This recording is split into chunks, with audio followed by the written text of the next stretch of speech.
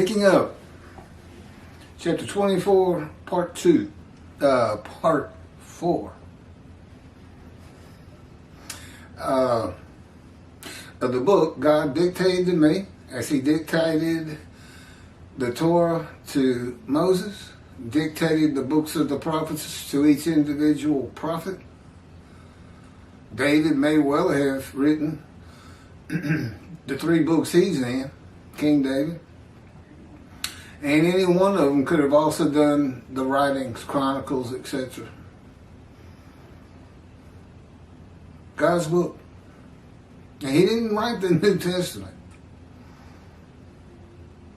You won't find the kind of lies and deceit in his book that they have.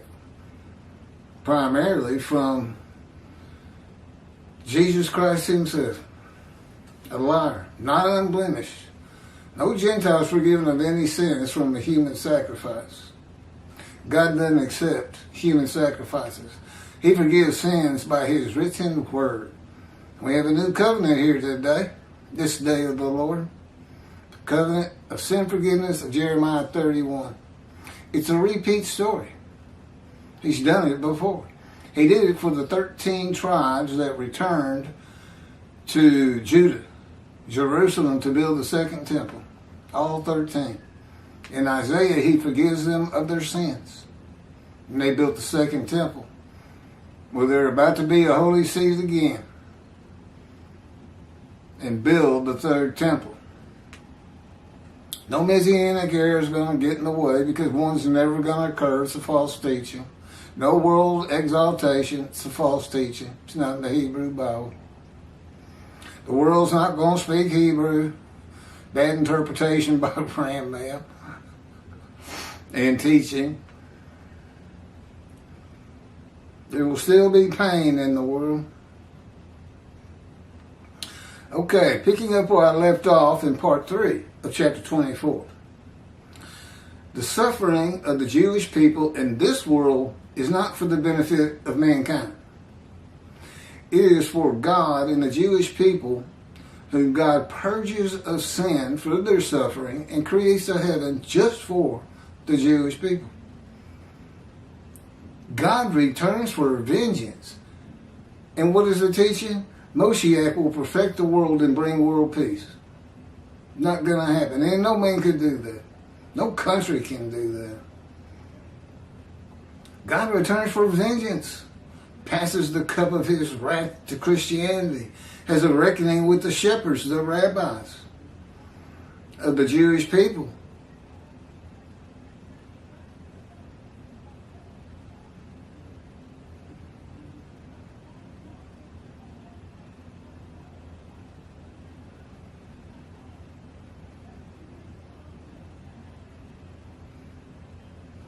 And appoints his servant and shepherd David to tend and rule among the flock, among them. No kingdom.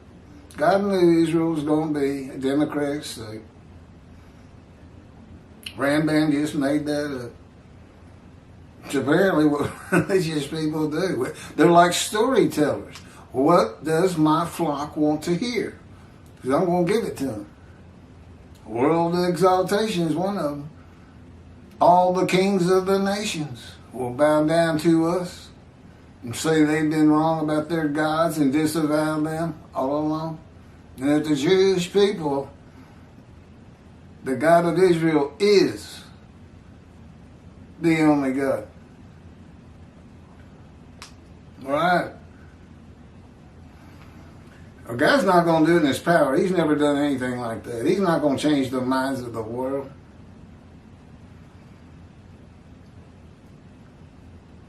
Jews for Judaism's commentary on Isaiah 53:10. If I can suffer through another one of these. God. I didn't realize how bad it was. And I typed this. And the Lord desired to crush and afflict him. If his soul would acknowledge guilt, he would see offspring and live long days, and the purposes of God would succeed through his hand. I don't even like the verse. I think that's a bad translation. This soul. Your soul can't do anything. Your soul is the DNA of your spirit, which together combined make a person. If soul is thought to mean itself, okay. But even then, if you say it's itself, and why is the Lord desire to crush and afflict all the Jewish people gathered as one man Israel? They're usually doing good things. The first time it happened, they accepted his first covenant, his new covenant.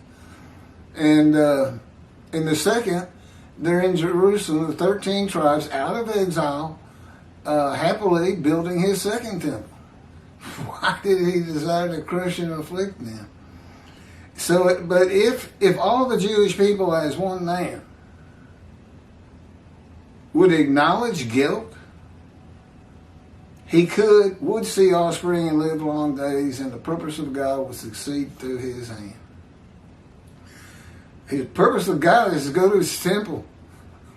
Go build it, save me the trouble. Or maybe this will be the impetus for you to do it. It only avoids utter destruction to the land. Build it, never defeat it, dispersed again, according to the covenant of friendship. And it's in Jeremiah 31. Don't build it, utter destruction will come to the land of Israel someday. Okay, here's For Judaism commentary on that. At this point, the prophetic narrator, he's prophetic. This is Isaiah. This is Isaiah speaking in that verse about the righteous servant. God speaks again in 11 and 12.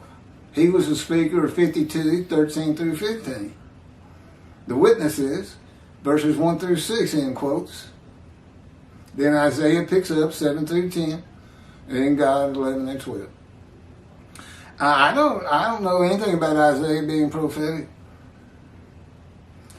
At this point, it sounds like y'all think y'all are. Maybe you believe in seers, people who can see the future. Sounds like y'all see in the future. Well, you say it like it's a given.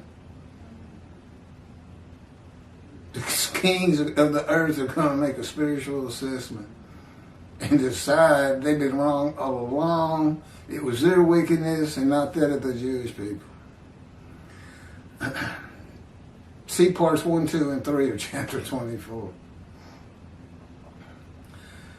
The prophetic narrator moves away from the voices of the shocked onlookers. I thought the kings were silenced. That's what it says in 52. I believe 14. Could be 15. And gives us his own perspective of the suffering of the servant. Well, they got that right. It's Isaiah, but why is he all of a sudden prophetic? The emphasis changes. You know, God told him what to write. That's what prophecy is. God can figure it out. He's not a seer. He doesn't see the future. He just knows what's going to happen next. Every second of every day of the entirety of humanity until humanity is no more. The emphasis changes according to the spiritual needs of the respective speakers. Could be something. I'm kidding. Spiritual needs of the witnesses, they did. That's the need to be made righteous. I was one of them. God chose me anyway. He decided to kill me. There is, although he just about did many times. He exposed me to death 4 times. There isn't much spiritual benefit to be gained by focusing on the guilt of others. It is for this reason that the kings of nations focus on their own guilt. He's not a good prophet. He's not a good seer. He thinks that's going to happen. As it relates to the suffering of the servant. Not everybody thinks about the Jewish people all the time, by the way. Much less kings of nations, especially in China. 1/3 of the population of the earth. And for this same reason, the focus shifts to the guilt of the servant when addressing the servant. I guess that's the Jewish people. How come they're never the righteous servant? After all, the audience of the prophet is the people of Israel, primarily, but they're not the only ones that read it. The prophet tells us, Isaiah, that God desired to afflict the servant. The righteous servant in final refinement. Oh, okay, they have to say this, huh? The purpose of Israel's suffering from Israel's perspective is to refine them. A true statement. Amazing. As a loving father rebukes his son, so does God put Israel through the crucible of exile. Okay? Suffering makes you stronger. Y'all wouldn't listen to me or my prophets. They would. Still don't.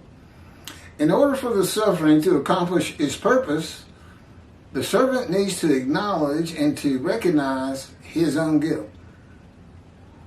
No created being is free of guilt, and by acknowledging guilt, we come closer to God's truth.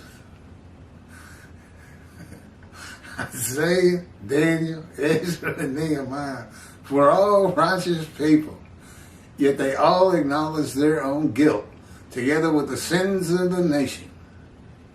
Now he cites a bunch of books. I'm not going to, you can read the book together. The prophet goes on to tell us the reward.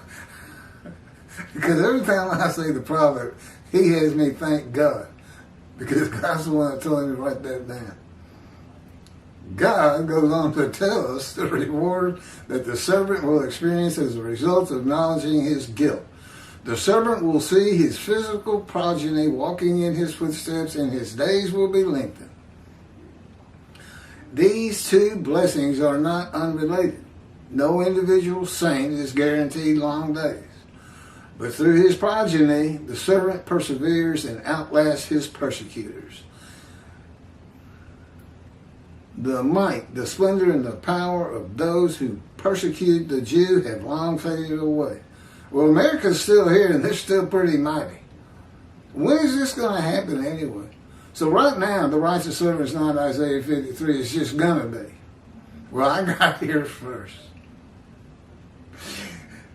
His representation, his book, the title, Isaiah 53, In the Day of the Lord. He's got to have a description. Even your sages knew that. Your sages say. Moshiach, the anointed one of chapter 11, is described in chapter 53.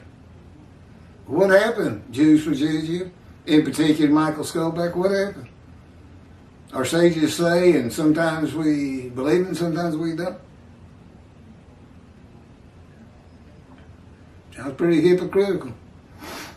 I still don't know why they've done this, but this is ridiculous.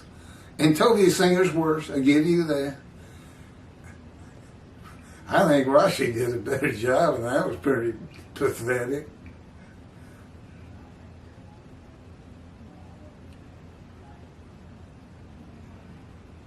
Those who persecuted the Jew have long faded away, while the Jews still praise the same prayers and studies of the same text with freshness and vitality.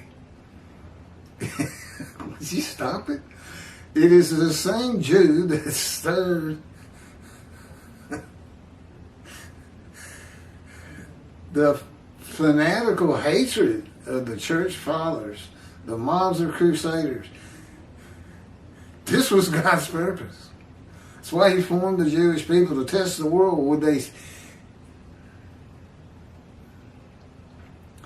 The inquisitors, the Ukrainian soldiers. Well, look what you're saying. And in the verses before, you're saying your suffering atoned and granted the Gentiles merit. Your God is coming with a vengeance, putting his wrath on them. wanting to break Christianity down from the cornerstones.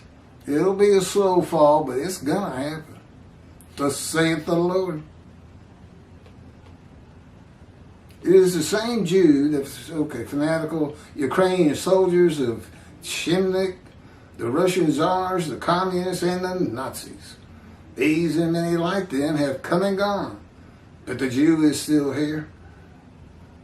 Well, the Nazis are definitely gone, primarily because of America. The greatest gift that God has granted his servant is the promise that God's own purpose in this world will be accomplished through him. The righteous of Israel are called God's armor bearers. Isaiah 52:11.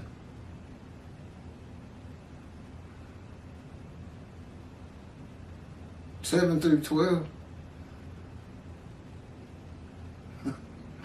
God allowed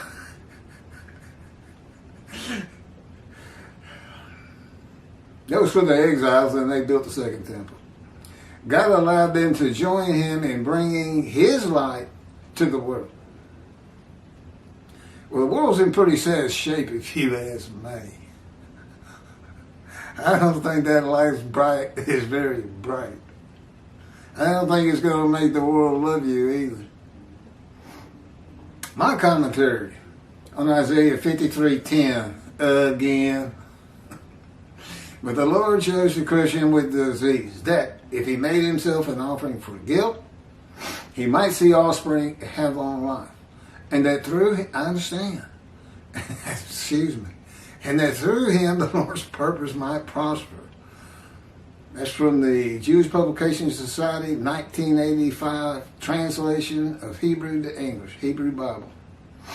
But the Lord chose to crush him by disease, midrash form, breaking down a verse in parts and making commentary on each part. Midrash, but the Lord chose to crush him by disease. Commentary. God's righteous servant will be familiar with disease, and his life crushed because of disease that he is afflicted with by the hand and power of God. That's the fire of refinement. You can find it in John, Job, and particularly Ezekiel. The key to understanding chapter 53. That if he made himself an offering for guilt, it's not a guilt offering, as Toby Singer says. It's just a bad translation on his part. It is an offer.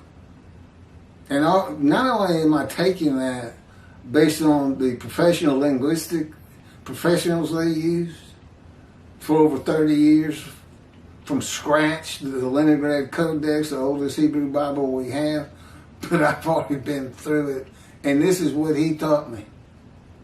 This is all God's writing. You see me reading down here? That's God's writing. I do a lot of extra talking, and it's about the same stuff. But this is where I get it from. It's an offering of oneself to God for the guilt of sinning of the witnesses, the people in 1 through 6 of the Jewish people and all who come to believe, in return for possibly seeing his children, and possibly having long life as a covenant. The offering is only a test of his devotion to God, as was the binding of Isaac. When the test of devotion is set before the righteous servant, the new covenant has already arrived. Sin forgiveness from Jeremiah 31:31. And all the iniquities and sins of the Jewish people throughout the world are forgiven, and God remembers them no more. The guilt and emotion, and this is why they're suffering in the first 6 verses. He was wounded for our sins, our guilt was placed upon him, those people. Is from not following the laws and teachings of God by the Jewish people. God's forgiveness of the sins removes the guilt when they find out about it. And that's where we're having a problem.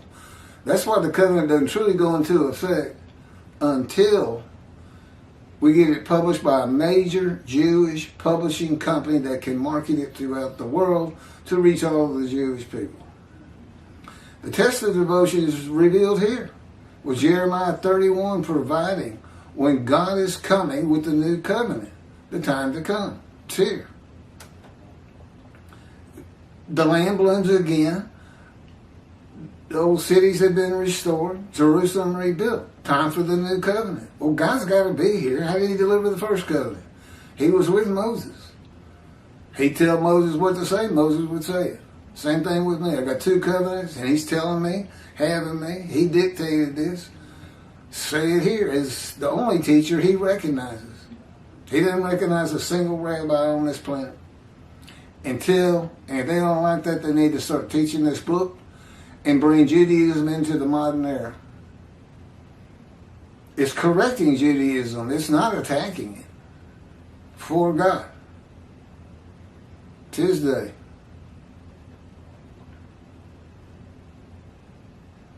With the new covenant, time to come that is manifested, Malachi 3, by the angel of the covenant. Behold, Malachi 3, I am sending my messenger to clear the way before me, and the Lord whom you seek shall come to his temple suddenly. As for the angel of the covenant that you desire, he is already coming. I know. Okay, now let's go on. One God of Israel, one angel of his presence, and the new covenant, and one man, the messenger of the new covenant, who is Elijah, but I am the righteous servant, and by passing the test of devotion, I became Moshe, prophet like Moses, and Elijah. One description, 4 righteous servants to come. But they're all here, and you're looking at all 4 of them. I've already handled the duties of the prophet like Moses. What's unique about Moses? God dictated the Torah to him. God dictated this book and another book, the life of the righteous servant, my life, so you can see how I fit Isaiah 53 when properly interpreted, which I do for the first time. Anybody's ever done it, because I'm the righteous servant. That's what he wanted. My righteous servant's going to be able to explain it because he's going to go through the 5 refinement, which you don't have a clue about. And yet there it is in Jonah, Job, and in particular, inescapable, Ezekiel.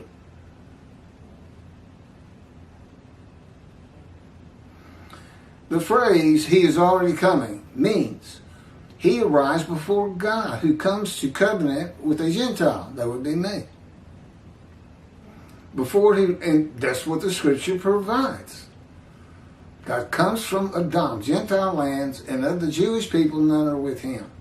Well, he's got to come with his prophet like Moses, or you won't know where he is. And then, of course, you have to believe in his prophet.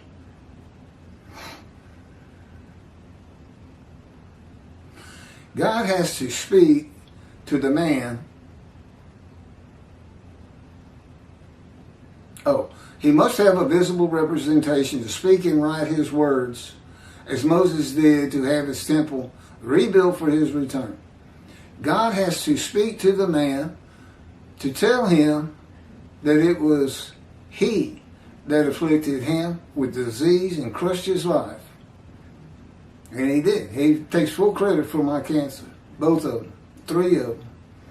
It must be a life-threatening disease, for God tells him that he might receive long life after choosing to crush him with disease.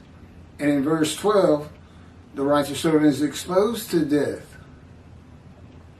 God also, which I guess Toby Singer just didn't get to verse 12, the murder of the Holocaust, or the guilt offering. The man, the righteous servant, is not an offering of anything. I made an offering to go to the fire of refinement, become the righteous servant, and make the many righteous. Receive as my portion the many, not lampshades with Jewish skin, and a multitude as my spoil. It's people. It's the many. It's the witnesses.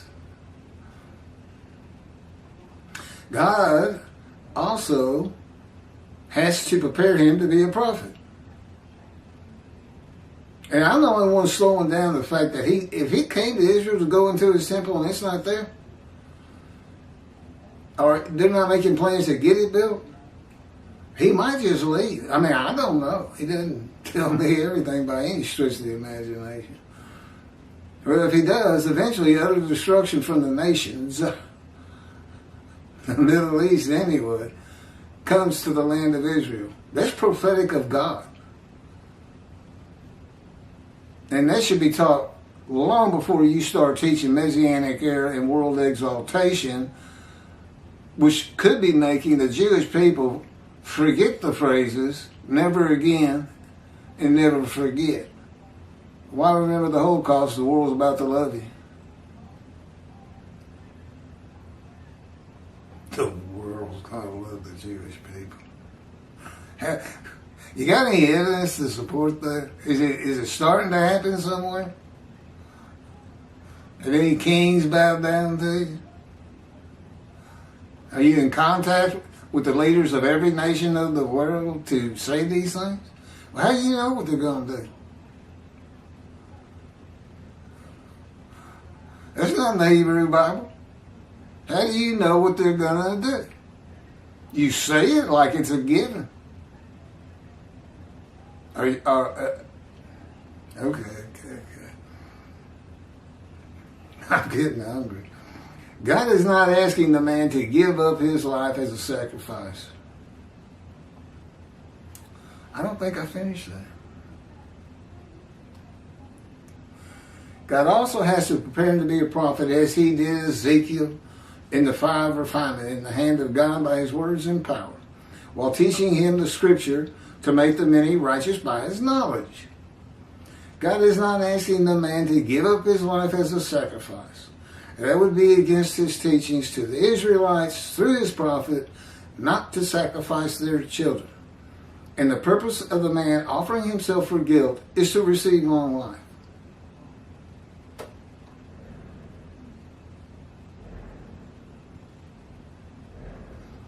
The reality is there's no guilt or sin for the man to bear.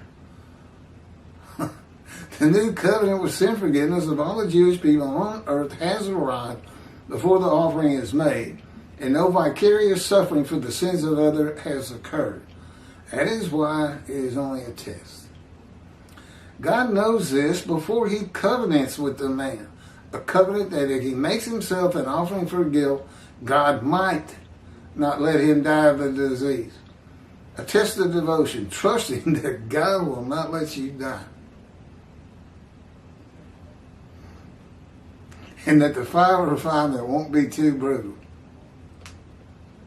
It's brutal, people. You know, a young cadet going through boot camp to become a Green Beret, Marine, or Navy SEAL, that's nothing. God's boot camp for prophets is brutal. Just having God maltreat you, that's one of the 6 words. You know, wounded, punished, maltreated, crushed, bruised, chastised. All those words that are in Isaiah 53 are about the fire of refinement, which he doesn't tell you, but he does tell you in Ezekiel. And then he does all those horrible things to poor Ezekiel.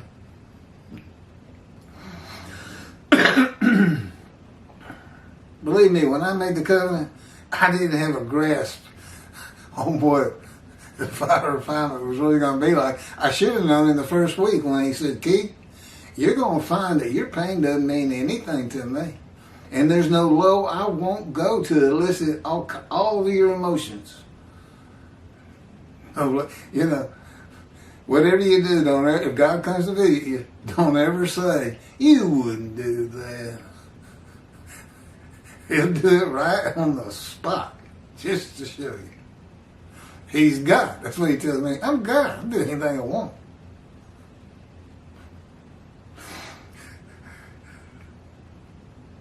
God had Isaiah write Isaiah 53, just as he had Moses write the Torah, at his command and direction.